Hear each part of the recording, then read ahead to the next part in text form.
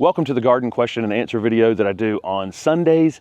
You can ask gardening questions down in the comment section below this video, and that's where we pick from each week. I think Steph has 23 written down from this past week. So, and I think she told me there were nearly 20 or something extra that aren't here. So we've got more, and at some point there'll be an extra video. I said that last week. I think we have enough questions for it now.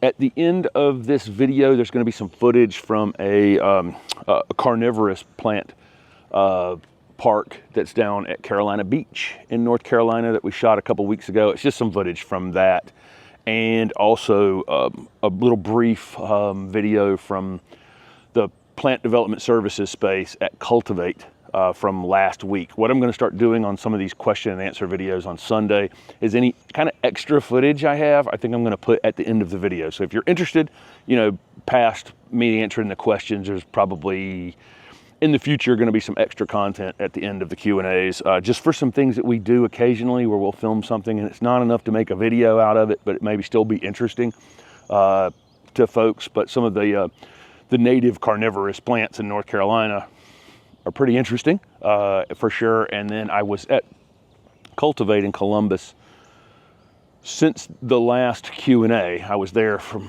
last Friday, Saturday, Sunday, Monday, Tuesday at Cultivate in Columbus, Ohio. And again, shot a little bit of footage, but I wasn't there to make video content. I was there to help with the Southern Living Plant Collection and other things, and also meet some people and talk to some people and hopefully get some future content for the channel. So, but again, not enough to make a video, but maybe interesting at the end of the question and answer videos on Sunday. Let me know what you guys think of that strategy for using some of this extra things that we do. About half of the t-shirts have been discounted over on the shop, on the store, on the website. So if you go to HortTube.com, click on the store link, you'll see that about half the t-shirts are $5 off. So if you want to, if you're interested in a t-shirt, they're available there. Okay, so let's jump into some questions. Again, there's 23. All right, so this person is saying that Mother Nature is overwatering everything in their garden, and they have Phytophthora increasing in containers and susceptible plants like Daphne. Or what strategies would you use to prevent Phytophthora on susceptible plants? So they're Phytophthora root rot, and there are actually other root rot diseases as well. It's not always Phytophthora. Unfortunately, there's a lot of them that can kill plants that are in vulnerable spaces. So plants that are staying, you know, too wet in the ground, too wet in containers, really susceptible. And for 2 decades, I was rooting cuttings for doing plant propagation. And when plants are newly rooted or wounded in some way in the little cells, you know, they were extremely susceptible to Phytophthora and other disease-related issues, soil-borne diseases. So, I mean, the thing about the thing about, you know, preventing Phytophthora is making sure that you understand that the plants that you're using, whether they be azaleas or rhododendrons, which can be susceptible to Phytophthora, or Daphne, or whatever it is, to root rot related issues, is that you create sharp drainage in those containers to begin with, so that you know, I've said this in the past, it's easy to recover, not easy, but often more easy to recover from underwatering something than it is overwatering something. Once you've overwatered it and started killing the roots in some way, made the roots vulnerable to some disease or pathogen, it doesn't even have to be a pathogen. You can just flat out drown those roots with too much water. Then you can't really take that back frequently. Once the plant starts that kind of spiral, it's kind of hard to recover from. So, you know, making sure that the soil mixes you're using, if you're planting shrubs in containers, it really needs to be pretty sharply drained. I mean, when you buy a container plant from a nursery and you flip it upside down, you see it's all bark. You know, it's maybe a little sand in it, maybe a little something, a couple other things in it, but it's mostly bark.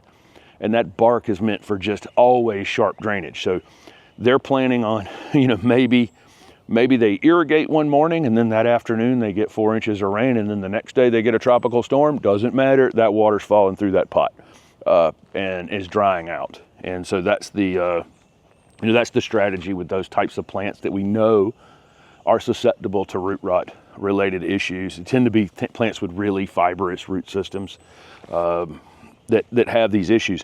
Now, in the nursery setting, we used a fungicide drench on all of our rooted cuttings fairly frequently because pathogens could move through a greenhouse easily. It's a hot, humid environment, and you know, there's traffic in there. People are coming and going and can be bringing pathogens back and forth, and those plants are in a very vulnerable state, just newly rooted or unrooted to these kinds of things. So, but in my own garden, I'm not going to do that. I'm just going to try to either not grow things that are so specialized that I have to worry about it, or I'm going to make sure that I have extremely sharp drainage in those containers. But that's the minimizing root rot is a big deal. We have clay-based soils in Raleigh, and a lot of the plants that we're using in those soils are not from places like that.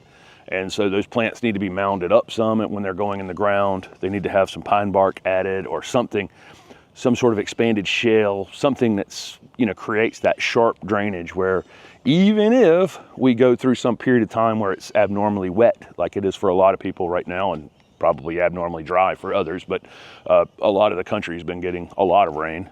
In the eastern part of the country has been getting a lot of rain. That the plants are prepared for that. So, you know, those conditions, those wet, dry conditions aren't like this, they're more like this as much as possible. Okay. Why don't we have ornamental grasses except for carexes? We have carex and then a couple other grass-like plants, I would call it. So carex, there's a lot of actual grasses in the Poaceae. The Poaceae is the grass family. The grass family is arguably the most important plant family to human beings, because that would be wheat, corn, and rice, right? I think it's something like 50% of all of our calories or something like that. I don't know, that maybe slightly off, but the Poaceae is pretty important to people in how we're able to have as many people as we do. But and then we have other grass-like plants. Carex is its own group, or sedges are its own group, and there are lots of other things sometimes we'll look at and call a grass, but it's not technically a grass. But the reason we don't have any other ornamental grasses is because I think they need to be mass planted. I think grasses, to be effective in the landscape, and we have a lot of gardens in our neighborhood, some newer ones I probably should go and film a little bit more of, where people have mass planted some grasses on banks and native grasses in areas around the neighborhood that look fantastic. But to me, you know, one little grass plant standing, you know, our garden is a lot of one-of-a-kinds, and, you know, one panicum, you know, which, you know, I love. There's several panicum switchgrass that I really love. You know, they're big and tall, they move around in the wind, they have, you know, red in their leaves, and beautiful plants. Not very interesting as one plant, you know, but as 9 or 15 or 20, you know, they look good moving around in the wind. And so that's kind of why they don't fit our design, but I do love them. Definitely not taking away from them at all, just not fitting with what we're doing. Opinion on Calacanthus burgundy spice. So we just did, they haven't been watched all that much, but there's we shot 6 videos, 2 for purple foliage, 1 shrub and 1 perennial or herbaceous season. So let's call it a shrub purple video and a seasonal color purple video. We also did the same thing with variegated and gold or chartreuse. So there's 6 videos total, 2 of each. In the shrub video, the Calacanthus burgundy spice is in it.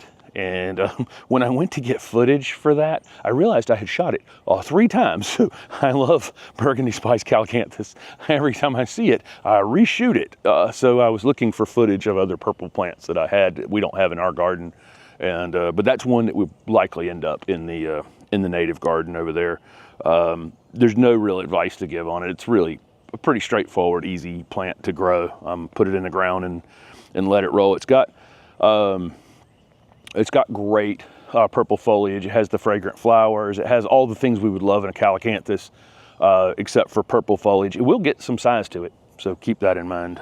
We've seen them quite big, and they're pretty vigorous even in the containers as well. But if you want to go, it's maybe a week ago at this point, the purple shrub one, not the seasonal color one. But if you're interested in any of those, we're trying to group those plants together in different ones, and then have people in the comments say what they have in their gardens as well that are variegated or chartreuse or purple or whatever. Okay.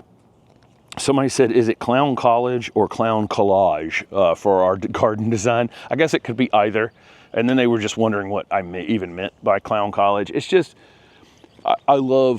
we've put a lot of color in that front garden. And if you came to the open garden, you could see, I mean, it's a lot of color out there. And so I've just always joked that, and even when I was selling plants at the farmer's market, selling colorful things, if a clown was designing my garden, you know, they would make it that colorful.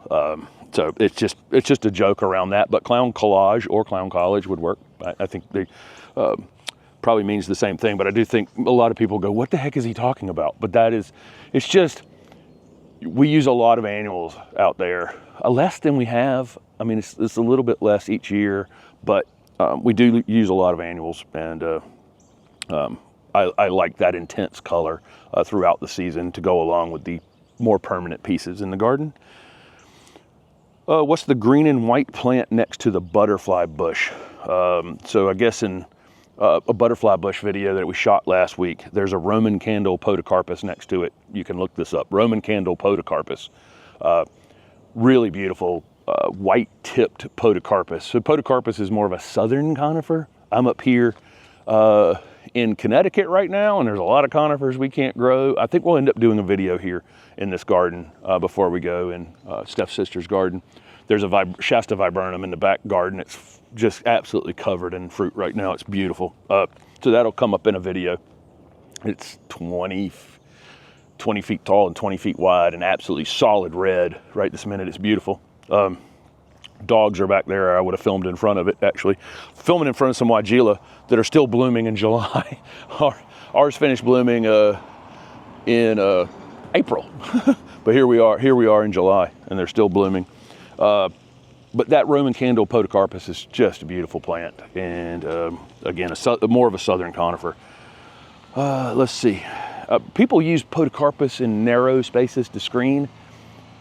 And Mackie podocarpus and a few others will get that screening done pretty quick. I would say that Roman candle podocarpus is more of a decorative podocarpus that you would use in between windows or in a container or something like that. I think if you line them up to make a screen, it's going to take 10 years for them to get any size on them. I think it might be a little bit frustrating. It's just slower growing.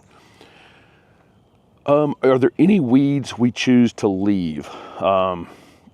Violets, plantains, strawberries, etc., that kind of thing. No, I go ahead and get rid of them, but it is a strategy that some people do use. They'll use, plantains and other things to cover some space and allow, a living mulch from things that would otherwise be weedy. We do not. Part of the, our lot's pretty small, and there's 400 plants out there, so my living mulch is the plants. We've covered it all. But if you had some sort of space maybe that you were 6 months off or a year off from working on or whatever, and you wanted to leave something that was keeping that ground covered, making sure you're not losing soil, make sure the roots on those things are going probably pretty deep into the ground, especially something like a plantain lily. It's going to have a tap root, that's going to go down and help break that subsoil up. So it might be beneficial in the long run to not uncover something that you're eventually going to be planting on. But no, I don't leave. I really want to lower that seed bank. So if I leave something out there, every time it comes around and seeds, there's more seed there. And it just makes for a longer fight in the future. But a lot of people do. We've been to lots of gardens where it's a strategy especially if it's a tough space to grow something in, and something kind of volunteers to go in that area and doesn't cause you any maintenance issues, heck yeah, leave it. Unless it's something invasive that could take over the entire neighborhood, obviously. And here, and we might show this in the video, back down here in the bottom, there's barberries running throughout, the lower area here, Japanese knotweed, a lot of stuff up here in Connecticut that's, you know, invasive, that's not necessarily invasive at home, but anytime we come up to the Northeast, the Japanese knotweed is everywhere, up and around to Canada. It's beautiful when it blooms in the fall, but gosh, it takes over. And then of course the barberries are, you know, released out into the world. Very invasive up here. Let's see. Okay, are seedlings that sprout up around grafted red buds the same as the parent? They won't be a clone of the parent. They'll probably be something that was crossed. So the bees would have come and, you know, it's possible they went to a just regular Cercis canadensis and then came to your ruby whatever, you know, Ruby Falls or whatever. So it's likely some sort of cross between the two. So maybe some of them will be green leafed and some of them will be purple leafed. You know, I doubt that, you know, that weeping habit may or may not go through the seed. No telling how, you know, that comes out on the other side. Some things are, some things will always come through. You know, when you cross two things together, you get recessive genes, and, you know, same as in anything else. Some things will always come through in the seedlings and some things won't. I don't know those things, but likely it was crossed with another tree.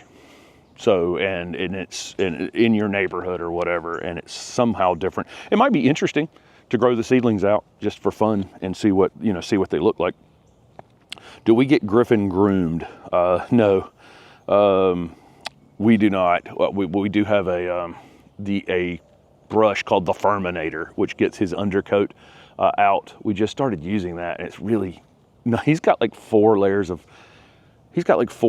fur. He is like 8 different things. When we got his DNA tested, I talked about this in a video not that long ago. He's a strange little fellow, and that Furminator's worked really well to pull that undercoat out a little bit. And he was panting.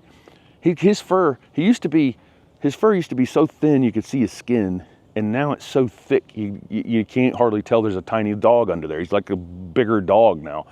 But he was panting when it was 70 degrees about a month and a half ago. And I was like, oh, this is weird, because his fur all of a sudden got so thick. But now that brush has really worked wonders. Do we have problems with Griffin peeing in certain areas as a boy dog? Yes. I've always had female dogs in the nursery, the garden, everything up on purpose. And so this is the first boy dog I've had in a long, since I was a kid, with intent, because I was doing, you know, couldn't have them pee in the nursery on everything, targeting everything. But so we did a video over at our friend Lissa's house on plants that are salt tolerant. So if you go back and look at the video series, it's like a 5-part series where we installed a landscape. This was maybe 3 years ago now. She had a male dog, unfortunately. He has passed as well, one of Holly's friends, that was peeing on things. And so we intentionally on corners, put salt tolerant plants. So if you can go back and watch that video series, that would probably be beneficial to learning that. Also, we have a list we've written down for a video to film for salt tolerant plants that will get made at some point. But that's a important component of having a male dog. And really, they tend to target things on corners. And so if you put some of these plants that are tolerant of dog pee on those particular spots, usually that's helpful. Or wash it off pretty quickly on things that are sensitive to it. Let's see. Chartreuse plants that would not lose color in the shade. Well, certainly Florida Sunshine Alyssium we have in our garden, and that Sun King Aralia we have in our garden. That's probably the 2 best chartreuse plants I have that don't go green in the shade at our house. That gold foliage video will definitely be after this, that you're watching this Q&A, but there's going to be a seasonal plant chartreuse video and a shrub and tree chartreuse video coming up. But those are 2: Florida Sunshine Alyssium, Sun King Aralia. The Sun King Aralia is very cold tolerant, so almost anybody watching can grow it. I think the Florida Sunshine Alyssium is zone 6 to 10 or 6 to 9. Okay.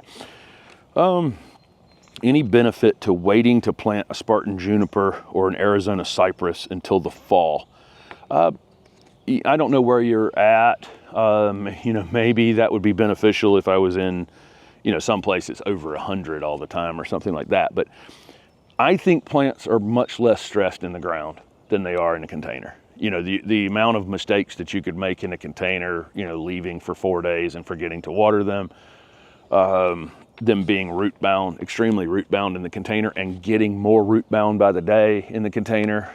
I think everything's always better off in the ground. If you're in an area that you're going to be around to water them some, I think that they're better off in the ground than they are in a container. That's usually my my philosophy there, because I'm much more likely to forget something in a container, and things tend to be a little more forgiving in the ground in terms of water, because there'll be a little moisture there. This person has praying mantis and they're targeting butterflies. Any reason they shouldn't control their population? They're not going to spray them. I guess they would pick them off or whatever. I like those ambush predators. I pointed out a spider that was on a, I don't even remember what it was on in the front garden. But I do like to watch those spiders and praying mantis. They sit next to a flower and they wait for a bee or a butterfly or something to come, and then they, you know, they grab them. It's what they do. You know, it's they eat other insects, and so, you know, they use those butterflies and bees and wasp and other things need those flowers, and they use that against them. You know, obviously you had a nest or something near you, and then, you know, you just ended up with a lot in one space. You know, if you wanted to pick a few off, and then you could just move them somewhere else. You could take them somewhere else if you wanted to, if you want to control some of them. You know, that's just up to you. But I enjoy kind of watching it, because that's part of the, eventually there'll be too many of them in one spot, and that never works out well. And they'll have to move on regardless. I can't imagine you'd end up with so many in that space in an ongoing way. But I enjoy it. It's part of it, right? It's, if you're going to invite beneficials in, then there's going to be a few, you know, bad, well, I wouldn't call them bad guys at all. They're just doing what they do. They're doing what they do. And they're sitting next to a flower and they're going, and it's just amazing to me to watch them catch something like that. Let's see. This person has suckers from American holly and wax myrtles that were chopped down. So they chopped them down to the ground. Can the suckers be made into nice plants successfully? Well, I mean, yes, you probably want to control the number of suckers you have. I will say that what becomes, so you can do this kind of reset pruning. Like if I could take these Weigela right down to the ground right now, and they're definitely going to come back out from it. I mean, this is a tough plant. But what tends to happen is that root system is so big that it tends to send up this new growth, this very spindly new growth that grows super fast because it has a giant root system, and it's, you know, it's trying to replace these limbs as fast as possible. I find that what you're gonna need to do is do frequent pruning on it to try to get it back as a full plant, because otherwise it's gonna be stretched, spindly growth.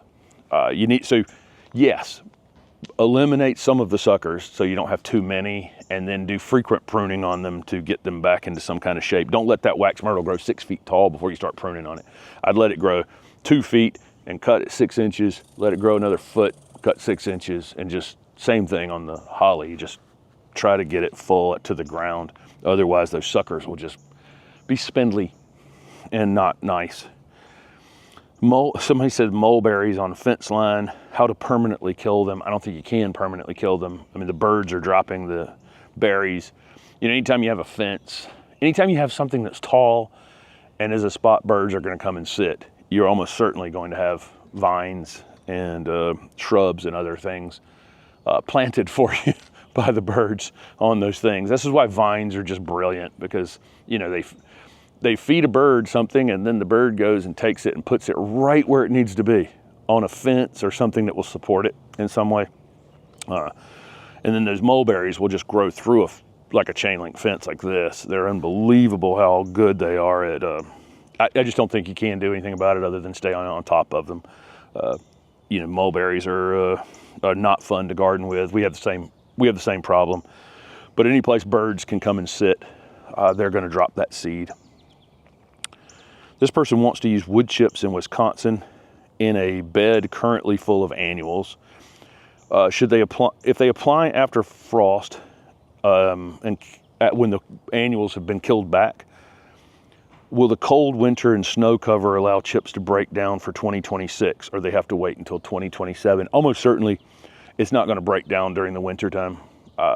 So yes, it's going to be a while. And it also depends. So much of this depends on how warm it gets, how quickly it gets in the spring. You know, it may be ready for fall of next year. You never know. If it gets, when you put those wood chips down, all bets are off on how long it's going to take to break them down to the point where you'd want to be planting in them. So if I put 8 inches of wood chips on that side lot in, I'm guessing it was March, I guess, February or March.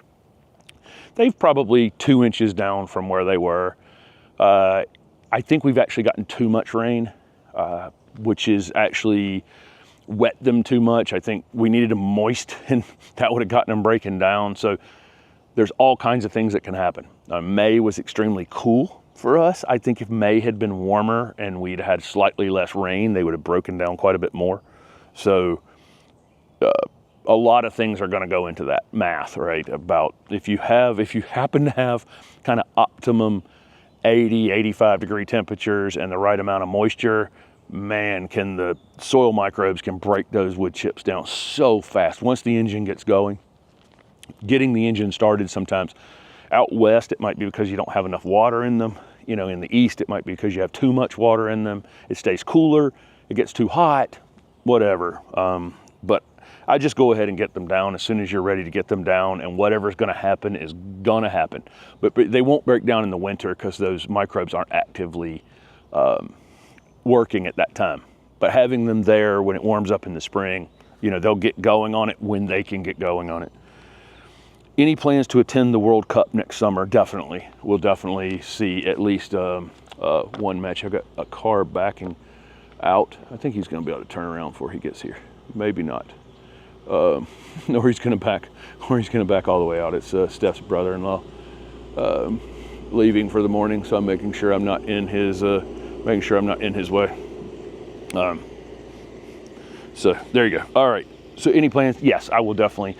So for those of you who don't know, I'm giant Chelsea soccer fans. Steph and I are. We have a group in Raleigh that's unbelievable. I mean, I was in Columbus for the final for the Club World Cup that was played in New Jersey, or I would have been in New Jersey for that, but I was in Columbus.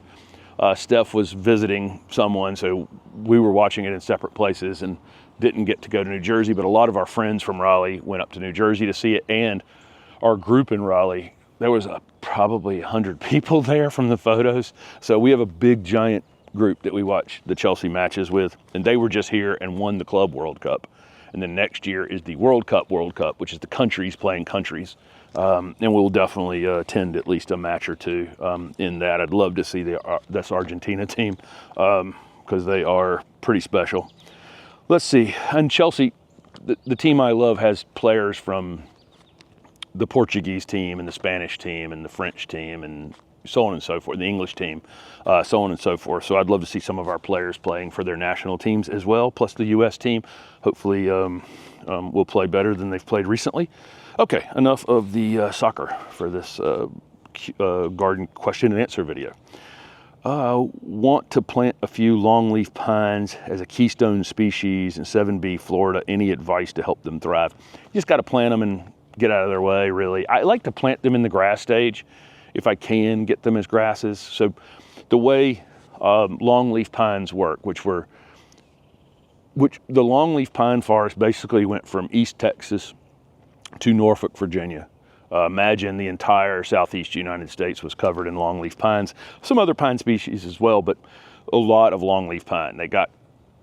Europeans came, cut a lot of them down. You know, we replaced them with slash pine and other things that were faster to grow for the lumber industry. And but there are more and more longleaf pine being planted in the southeast, but they start off in kind of a grass stage, and they literally look like a grass, and they'll stay that way for a few years, and then they grow really, really quickly. And the strategy being that a lot of the area of the Southeast has frequent fires. And so they're kind of, when they're in this grass stage, they can survive fire. And then once they get to a certain height, they can survive fire. So they have this design where they live in this grass stage for a while and then boom. So you can typically buy longleaf pines as, container plants that are this tall, or you can buy them in that grass stage. I used to sell them in the grass stage at the farmer's market for years and years and years, and sold tons and tons of them. But I do love, but plant them and get out of their way. They're really not that hard plants. Literally they go, the Forestry Service and others go out and, cut a trench and drop a bare root tree in the ground. So they're pretty good about figuring it out. Let's see, but definitely worth having. So this person has a 6x6 Japanese maple with a sprout below the graft. Let's see, should they remove it now or wait until it's dormant? You definitely, any growth that you have below a graft on a tree that you've bought, like a Japanese maple or a cherry or whatever it is, if it's grafted onto a different rootstock, you need to cut that stuff off sooner than later, because that rootstock is going to dominate the other plant very, very quickly. So yeah, cut it off. Let's see. This person's in Dallas, Texas, zone 8B. How do we choose areas in the garden for annuals? Do we replace areas with compost? Annuals struggle in our Texas soil, even with some amendment. So definitely, so if you have, our dedicated annual beds are pine bark and compost, and we've been adding it over time. So your annuals will not look their best the first year. This will be the same with a vegetable garden. Anything that's a temporary thing in your garden, it takes a few years to really, that material to add up. So you can use cow manure or mushroom compost or whatever kind of compost you want. I don't really care. And then use some sort of bark, like pine bark, to create a little bit of drainage in that compost and start planting almost above the ground. So I might initially mix a little bit in with the clay or whatever soil you have, and then I'm almost planting my annuals on top of that clay and some other material. Same thing with our tomatoes and cucumbers and peppers and everything, because if I plant them down in that clay, they're going to underperform. So our dedicated annual spaces are compost and bark, and we've added to it a little bit each year. And so now if you came to the open garden, you could see our annuals are, we don't even have to fertilize them. I think what date is this? July 19th or whatever this is. And I don't think we've fertilized since we put them in the ground. So, I talk about not fertilizing all that much, but we've amended that soil so much now that it's just, as long as they're growing well and performing well, I don't fertilize them. We probably will before the end of the summer. And then the other part of this is we then plug in some annuals in some other spaces in the garden where we have some bare holes. And what we'll do typically is stick the trowel in the ground, pull back, add a handful of compost, add a trowel full of compost, and then plant that annual in it. So that annual has a little bit of compost on its own. It's not going to perform as well as my big dedicated annual space. But if you have like an entry sidewalk into your house and you want to put some of it as seasonal color, you need to take that little spot that you're going to use as seasonal color and treat it very differently than everything else. Go heavy on organic material in that particular spot. Okay, does planting annuals around perennials help improve soil? When season is over, should we pull them or leave them? So anything you plant in your garden, and we're back to that, do I leave any weeds, intentionally leave any weeds? I don't leave any weeds, but I did say, answering that question, that anything that roots down into the ground in your garden is helping break up soil, especially things with tap roots, anything that could, so even those annuals, perennials, whatever the heck it is, having something in that spot will help break that down. It'll also hopefully prevent some other weeds from coming up during the season, maybe shade the soil for something else that's next to it, other perennials that you're trying to establish in the future. So I think any ground you're covering in your garden is going to be ultimately beneficial in the future. Hopefully with desirable plants. Again, I'm not going to do anything that's going to add weed seed, some sort of seed to the place that I'm going to have to remove for the next 10 years. So, but yeah, we keep the ground covered. If you came to the garden, there's a couple spots that we've redone a little bit over the last year or so that you could see the mulch, but there's a lot of the garden that you just can't even see the mulch at all now. Between the annuals, perennials, shrubs, trees, everything. Let's see. Experience with Eureka Gold Dwarf Yopon. They have great luck with regular dwarf Yopon. What's the comparison? The gold-tipped Yopon holly is probably going to grow just a little bit slower, but it's a great looking plant. Really, there's 3 of them planted at the Georgia Botanic Garden. I think one little entry to one garden there I saw last year. It's a really striking plant. There's some at the Ralston Arboretum as well, and there's another gold foliage one that doesn't have a name yet, I think, at the Ralston, or maybe has a new name. But there are a couple of these gold foliage dwarf Yopon hollies that are interesting, and I think there'll be a lot of them everywhere, especially with people leaning more on native plants overall. So having a chartreuse version of a native holly will definitely be one that we'll be seeing in people's gardens. Let's see. This person has a Carolina Sweetheart Redbud. It's 8 years old with 4 vigorous lower branches and a weak top that loses leaves by midsummer. They've been using a strategy of cutting one of the lower branches each year. Any ideas about what's going on? I don't know. So when I read something like this, I don't know if what you're seeing is growth that's down below the graft. Same thing we answered over here. A lot of times I don't know necessarily how to answer some of these questions. I've never seen this plant. I don't know how why the top keeps dying out of it again, unless there's, the growth, these 4 vigorous parts are actually down below the graft in some way. If a plant, this is an 8-year-old plant, right? And I know we don't want to lose our plants. I know we paid money for them. So it's hard, it's easy for me to sit here and go, I just get rid of it. But after somebody's paid for something and then, added it to their garden and then spent this much time worrying about it. But at 8 years, if something is underperforming at that much, would be my recommendation probably to find something that would make you happy in that spot. Because again, I don't know why the top would be dying out of it unless what you're seeing is the understock, of the tree is actually what you're seeing growing, which would explain why you'd have vigorous lower growth and weak or dead top growth. Okay.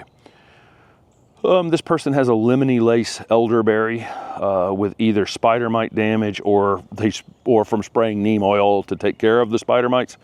It lost some leaves. So yeah, they either sprayed neem oil when it was too hot and lost leaves, or from the spider mites themselves. Can they rejuvenation prune once dormant, or wait to see if it leaves out in the spring? It's not dead. Okay, so you could prune it lightly. You could definitely prune off anything you think is dead coming out of winter. Otherwise, I'm going to leave it alone. That's one of those things I need to say over and over and over again that I think is super important, that don't double down on damage. So if you've got a plant that you underwatered and you come back home and you water it, for sure, and get it moist again, but make sure you're not then panic watering it. If you have something, like this, it's had some sort of issue, sometimes it's best to leave it a minute. Sometimes things have transplant shock. They go in the ground and then they're not what they were when they were in the container when you purchased it. Sometimes you got to walk away a little bit and make sure that we're not just hovering over it, because we'll love them to death. That's our, just human nature. You're going to love a plant to death if you stare at it too much. So I would probably just leave it be, let it flush out in the spring, see what it's doing, cut any dead out of it at that time. Once it's kind of re-shown you that it's vigorous again, that's when I would take 1/3 out of the top of it, or 25% out of the top of it, and that'll fill it back in again. Okay. Okay. So this person has a 5-year-old Cherokee Brave dogwood, and it has seedlings under it.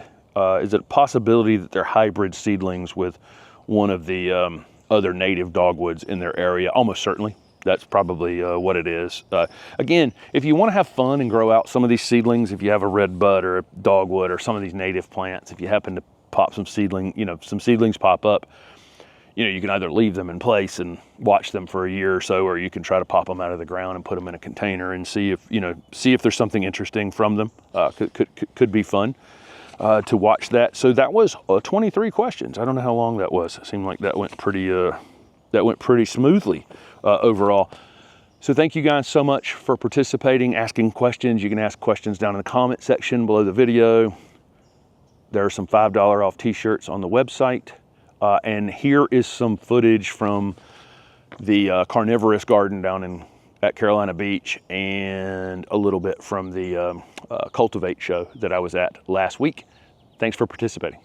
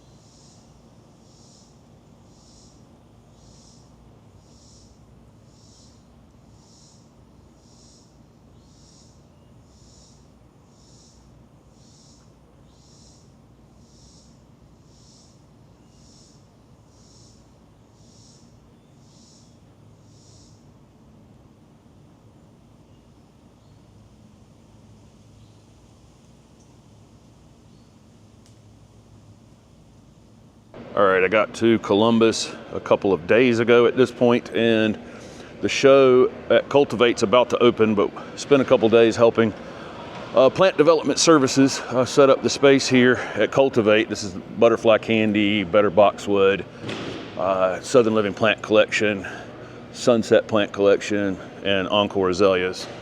So you can see booth has turned out pretty good.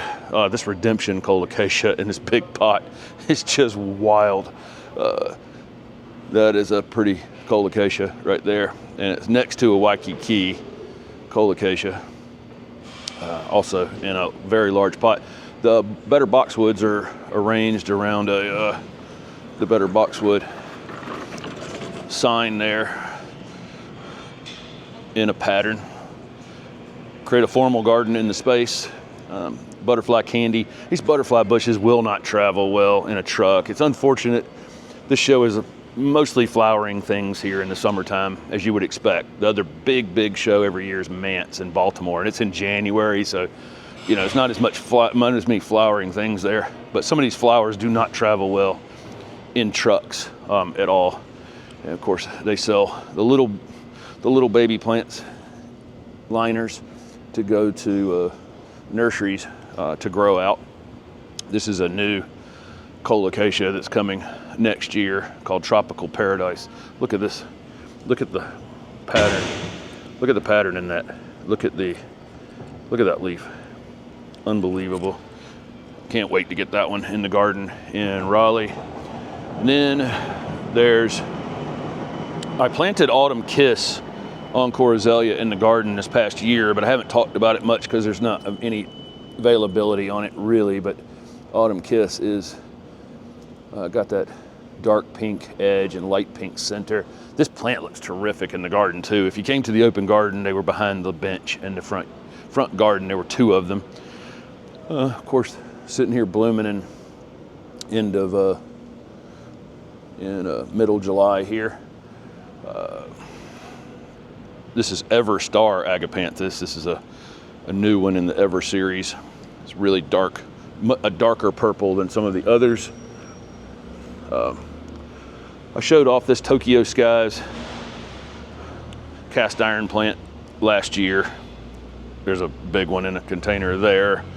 That plant is so striking. We have one of these in the garden as well. Ours is much smaller than the one that's in this container. I do have a Platinum Beauty Lamandra that's every bit that big, almost, probably almost that big in the Raleigh garden. Here's Skyscraper Senecio, somehow hidden back here in the back, but always one of those weird things that Senecio's in the aster family, but doesn't it look like it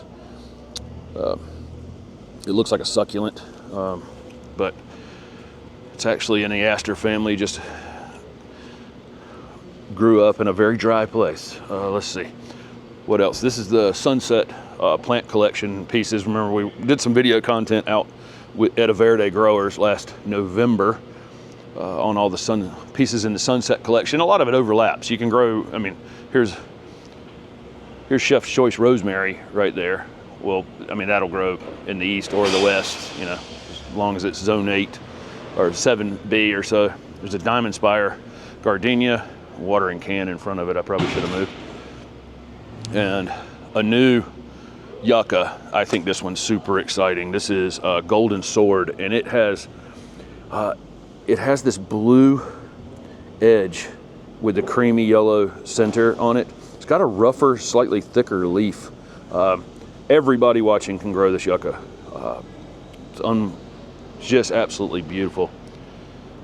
I think that one's going to be pretty popular. There's a new hydrangea being introduced here, a new remontant hydrangea. I'll talk more about that next year. There's one in the garden at the house. I haven't really talked about it yet because there's just not a lot of availability, but that is a blooming machine. Even cut back to the ground in midsummer, it'll come back out and flower. So there are some of the things in the PDSI or Plant Development Services space, and all the brands that you guys have seen. I have most of these things planted in the Raleigh garden, and most of them, all of them, perform well in the southeast United States. And of course, there's a lot of plants here that are for the Southwest as well.